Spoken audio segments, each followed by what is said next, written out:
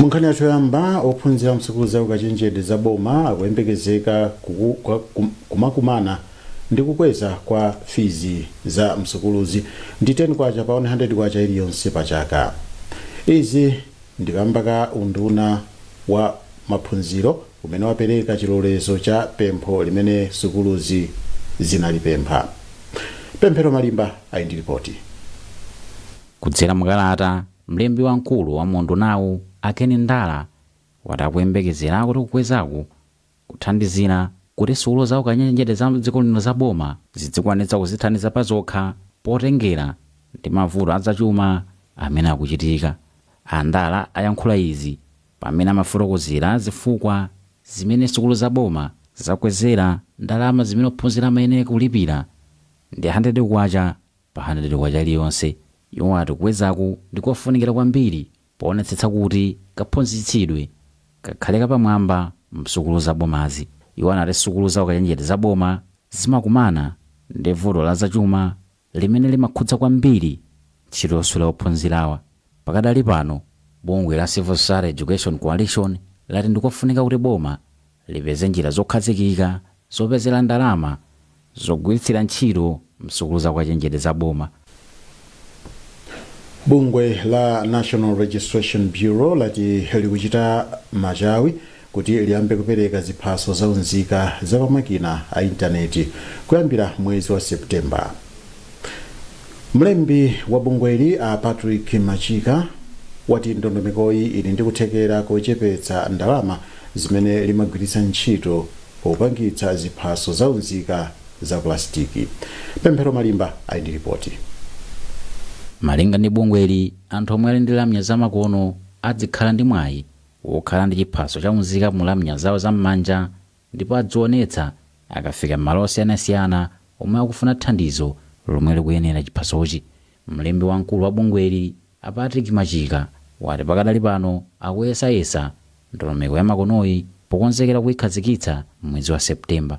Amachika ati kuyambitsa ndondomekoyi kuthandiza kuchepetsa ndalama zimene bungweli limagwiritsa ntchito popangira ziphaso za plasitiki zimene anthu ali nazo. Ukakhala ndi ID imene tili nayo pakali panopo timafuna zinthu zambiri kuti tikhale nayo ndikuti timafunanso ndalama zambiri. Pomwe iyi ikhaye kuti iniyo foniyo ndi yanu ndiyeno mungopanga ndondomeko yonena kuti ID ikhale pafoni pano ndikuti pamene kuti khangati tikuchotsa ndalama zimene tikanagwiritsa ntchito kuti tipange print ma ID amenewo. Poyankhulapo pa izi, mkulu wa bungwe la Center for Human Rights and Rehabilitation Amaiko Kayatsa ati ndikofunika kuonetsetsa kuti njirayi isaphinje anthu ena amene alibe lamya zamakono. Akayatsa ati ndikofunikanso kuti boma alike ndalama zokwanira komanso kulimbikitsa malamulo omwe adziteteza uthenga wa ziphaso zamakonozi. Pakadali pano bungwe la NLB lati lapanga ziphaso za plasitiki zoposa 13 million. Consumers Association of Malawi yapempha Malawi Communications Regulatory Authority MACRA kuti ibweze chiganizo chovomereza makampani a TNM ndi Airtel kukweza mtengo wa mabandulo oyimbira foni komanso ogwiritsira ntchito pa makina a intaneti.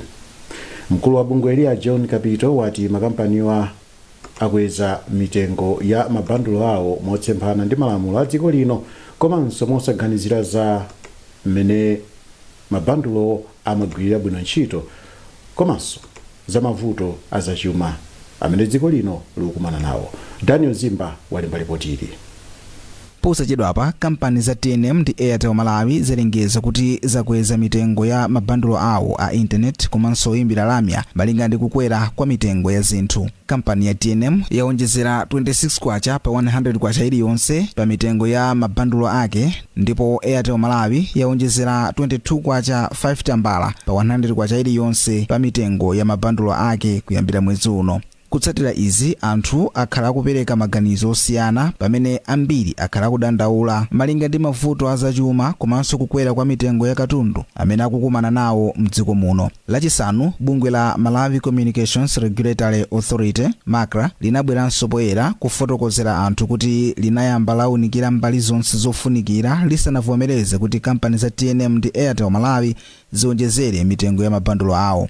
Malinga ndi MACRA, TNM inapempha kuti iwonjezere mitengo ya mabandulo ake ndi 55 kwacha pa 100 kwacha iliyonse, ndipo Airtel inapempha kuwonjezera mitengo yake ndi 47 kwacha pa 100 kwacha iliyonse, zimene bungwe la MACRA silinagwirizane nazo. Kumapoyankhulapo mkulu wa bungwe la Consumers Association of Malawi kama a John Capito ati ngakhale kuti mitengo ya mabandulowa yakwera, quality ya mabandulowa sili bwino, komanso kampani za TNM ndi Airtel zimayenera kuwadziwitsiratu anthu ogula za lingaliro lawo mitengoyo asanayikweze. Iwo ati polephera kuwadziwitsiratu anthu ogula za chiganizo chowonjezera mitengo ya mabandulowo, kampani za TNM ndi Airtel zinachita mosemphana ndi mfundo za mu Communications Act ya mu 2016. Choncho pakufunika kuti mitengo yatsopanoyi ayichotsekaye. Malipoti akuonetsa kuti mdziko la Malawi muli anthu pafupifupi 4 million amene akugwiritsa ntchito makina a internet, ndipo anthu pakati pa 13.2 million ndi 15 million ndiwo akugwiritsa ntchito lamya pakadali pano.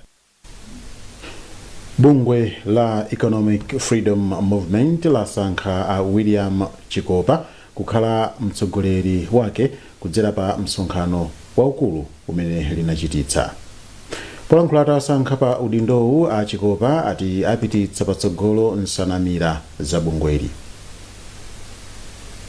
Thokoze kumwamba kuti lero lino membership ya EFM yapanga zinthu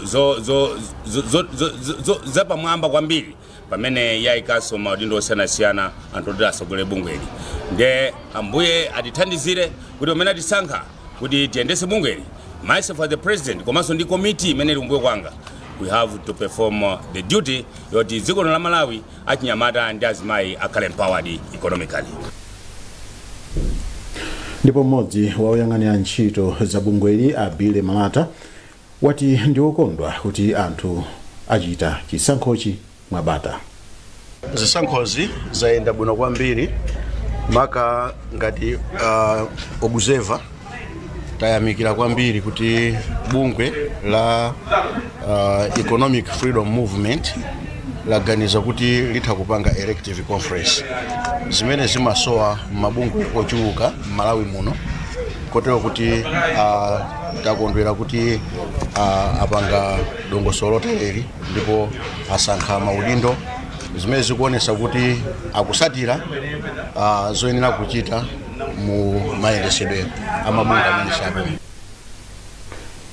Akuluakulu pa chipatala cha Mponera m'boma la Dowa apempha anthu akufuna kwabwino kuti awathandize ndi magetsi amphamvu ya dzuwa ndi cholinga chakuti athane ndi mavuto amene akukumana nawo chifukwa chakuthimathima kwa magetsiwa. Mkulu wa chipatalachi a Owen Chipewa anayankhula izi pamene gulu la amayi amene ndi mbadwa za m'boma la Dowa linakapereka katundu osiyanasiyana ku chipatalachi. Achipewa ati kuthimathima kwa magetsi kuchititsa kuti ogwira ntchito pamodzi ndi odwala azigwiritsa ntchito matochi ndi makandulo usiku. Achipewa kufotokoza zambiri kwa Mphatso Mbang'ombe. Osanga kwambiri chifukwa kuti izi zithandizira ifeyo ngati chipatala kuti ntchito zathu zipite patsogolo, komanso nkhani ngati za ukhondo zipite patsogolo. Mapeshenti athu kwambiri tikagonika amasowa zinthu zambiri, mwachitsanzo ufa, shuga, ngakhale mafuta ophikira kumene. So ndi chithandizo ichi chomwe chabwerachi ziyathandiza kwambiri odwala athu komanso oyang'anira. Ngati chipatala tikumana ndi mavuto osiyanasiyana, tikuthokoza kwambiri kuboma chifukwa kuti amatipatsa zinthu zogwirira ntchito komanso zofunikira. Komabe pali tima mbali ina ndi ina yomwe anthu akufuna kwabwino akhoza kutithandizira ngati kupereka mphamvu za magetsi ngati za sola, komanso kuzothandizira ndi zipangizo zina zogwirira ntchito ngati zikolo pamwe na mabaketi kuti ukhondo upitire patsogolo. Ndipo pa mpando wa gulu la amayi mayi Magi Bandawe Mzunga anati anaganiza zochita izi pofuna kuchepetsa mavuto amene odwala pa chipatalachi amakumana nawo. Batakhala tikupereka kuzipatala zakudwa kuboma, takhala tikudzala mitengo malo osiyanasiyana. Then lero tinaganiza kuti tibwere tidzayendera azathuwa kuno kumponera. Thandizo tikudziwa kuti zovuta zimene anthu ukadwala limakhala zambiri. Komano kuti tabwera ifeyo lero ndi thandizo lathu fatapatsa zokudya kuphatikizapo tikudziwa kuti zimene zizathandizira masiku 2-3 amene iwo nkuvutika kwawo atathandizike. Taona amene taonera pano anthu awawa ena ndoti aoneketsera kuti akuchokera kutali kumamidzi kuti ndi kuti ndeife tinachina tikomera kuti tabweretsere mapakeji amene tabweretsa aja. Bishop Yohane Nyirenda wa Diocese ya Mzuzu mpingo wa Katolika wapempha Malawi kuti aphunzire kudzidalira ponena kuti thandizo limene amalandira kuchokera kunja kwa dziko lino likunka lichiperachepera. Bishop Nyirenda wati mwachitsanzo mpingo wa Katolika unkadalira kwambiri ndalama zochokera ku likulu lake, koma tsopano umadzidalira okha popeza thandizoli linachepa. Feston Malegezo wadza ndi zambiri mulipotili. Bishop Nyirenda anayankhula izi ku Mzuzu pamwambo osonkhanitsa ndalama zoti zikwane pafupifupi 150 million kwacha zomwe cholinga chake ndi kugulira ansembe galimoto komanso kuzapangisa mwambo wokumbukira chibalaliso cha mpingo chimene chakwana zaka 100. Bishop Nyirenda anati mumodzi muli mphamvu posamangodalira thandizo lochoka kunja kwa dziko lino pofuna kupanga zinthu. Kotero iwo anati pomwe agwirana manja kuthandizirapo pa chilinganizo chawo zizathandizira kupititsa patsogolo kufalitsa uthenga wa Mulungu. Nthawi zambiri kudalira anthu ena mwina kumasonyeza kuti ngati tidakaliana, koma tikafika pasazi yoti mwina zinthu zina tingathe kusakana tokha kapena kusonkha tokha ndi chizindikiro choti anthu tikukula, ndipo tiyeni tikagwirana manja ndi chikhulupiriro kuti zonse zitha kuyenda mmene takozera. Mwambowu unayika pamodzi nthambi zosiyanasiyana za Diocese ya Mzuzu zomwe ndi kuphatikizirapo nthambi ya maphunziro ya umoyo CCJP ndi ena, kuphatikizirapo ochita malonda, makampani osiyanasiyana, andale ndi anthu ena. Mlendo olemekezeka pa mwambowu Ajabi Muhango omwe ndi nduna yoona za mayendedwe omwe anapereka ndalama zokwana 10 million kwacha zothandizira ntchitoyi anayamikira mpingo wa Katolika pothandizira boma kupititsa patsogolo moyo wa anthu mdziko muno. Amuhango anati ubale wa boma komanso mpingo wa Katolika mdziko muno wakhala wabwino kwambiri ndipo ukuyenera kulimbitsidwa. Tikamana kuti mpingo ukuyang'anira anthu, mpingo Katolika makamaka umathandiza boma kwambiri chifukwa ali ndi zipatala, ali masukulu ma university, ma secondary, ma primary, onse zolinga chake tiwathandizire boma liziyenda bwino. Ife kuboma zimene timakondwera nazo. Chifukwa chake ukakhala kulizochitika za mpingo timoso tikhale nawo. Mwambo wokumbukira chaka cha chibalalizo cha mpingo uzachitika pa 3 Oktoba pamutu woti mu umodzi mwa Khristu pofalitsa uthenga wa Ambuye. Tsikuli linayikidwa padera mchaka cha 1926 ndi Pope Pius wachi 11. Nkhanizi zikufikani kuchokera kuno kwa wireless ya kanema ya Times TTV. Tikhale kupitiriza kupatsani zonse posachedwa pa zikangotha izi choncho musatalikire. Imene tikupitiriza kupatsani nkhanizi. Bungwe la Compassion International Malawi lati likufuna kufikira wana osachepera 50,000 kuchoka pa 29,000 amene likuwafikira kale kudzera mndondomeko yopulumutsa anawa ku umphawi. Bungwe hili lalengeza izi mu mzinda wa Lilongwe pamene linakonza mwambo wosangalalira ogwira ntchito wake kumene zinadziwikanso kuti wana okwana 498 apeza kale ntchito ndi maphunziro aluso lamanja. Clever Mwale ali ndi zambiri mulipotili. Bungwe la Compassion International Malawi lati ndi cholinga chake kupulumutsa ana ochuluka ku umphawi, pomwe lati likufuna kugwira ntchito ndi mipingo yokwana 200 kuchoka pa mipingo 127 zomwe zithandize kufikira ana osachepera 50,000 pomafika mchaka cha 2030. Yemwe akugwirizira udindo wa wamkulu wa bungweli Timothy Zimba anati ntchito yawo ikubereka kale zipatso chifukwa bungweli limafikira anawa m'magawo onse a umoyo wabwino, uzimu angakhalenso zachuma. Pakadali pano alipo ana 498 amene ena mwa iwo 200 mwina about 250 also adusakale ma college ngati achivekachi koma through informal education, formal training. Ena akupanga ni maweldala, ena ndamisiri osiyana-siyana ndipo ena ali ku college tikunena pano.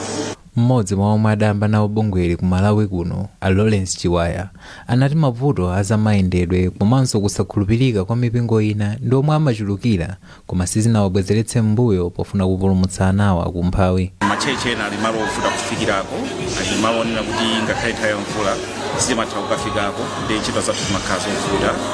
Mavuto ena asakhuza kukhala onena kuti macheche ena ndi ang'onoang'ono kwambiri ndi timapeza pa level onena kuti mwina sangathe kupanga handle ntchito zimene za compassion timafuna pange. Wachiwiri kwa wapampando wa bodi ya bungweli, a Douglas Kulaisi, anati bungwe lawo lipitirira kugwira ntchito ndi boma ndi magulu okhudzidwa pofuna kuonetsetsa kuti ndondomekoyi ikufikira adana oyenera.